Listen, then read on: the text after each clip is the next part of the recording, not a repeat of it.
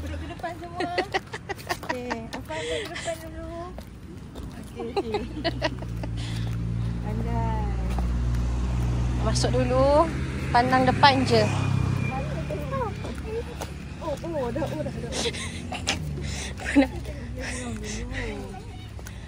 Sebab tadi kita nak datang program. Kedai-kedai jualan.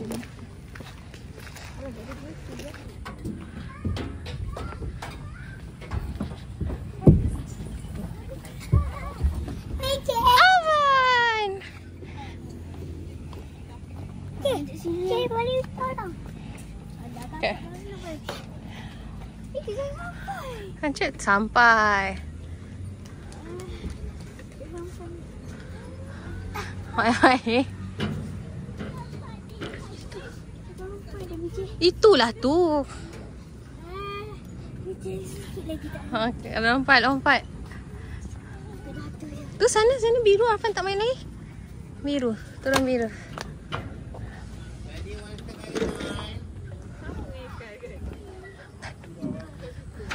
Oh.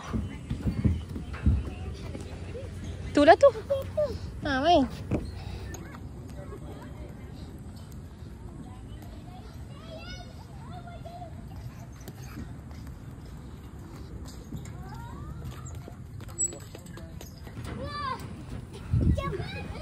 Jam.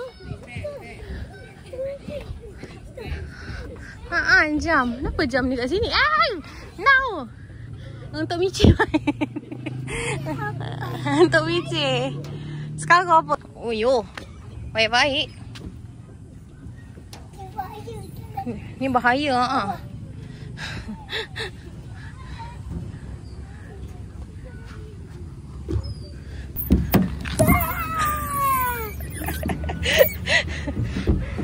Baik-baik.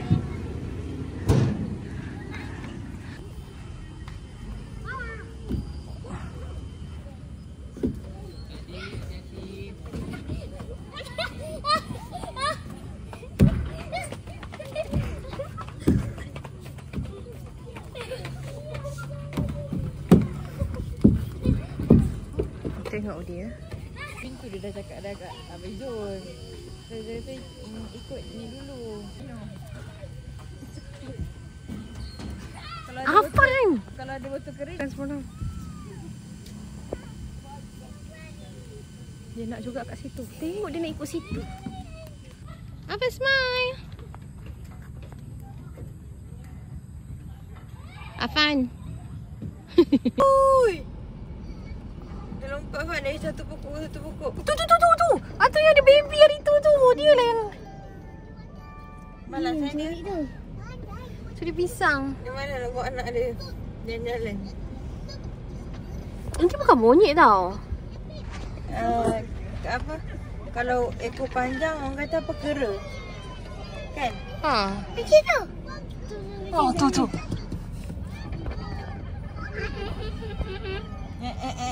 Ada bunyi kecil belakang.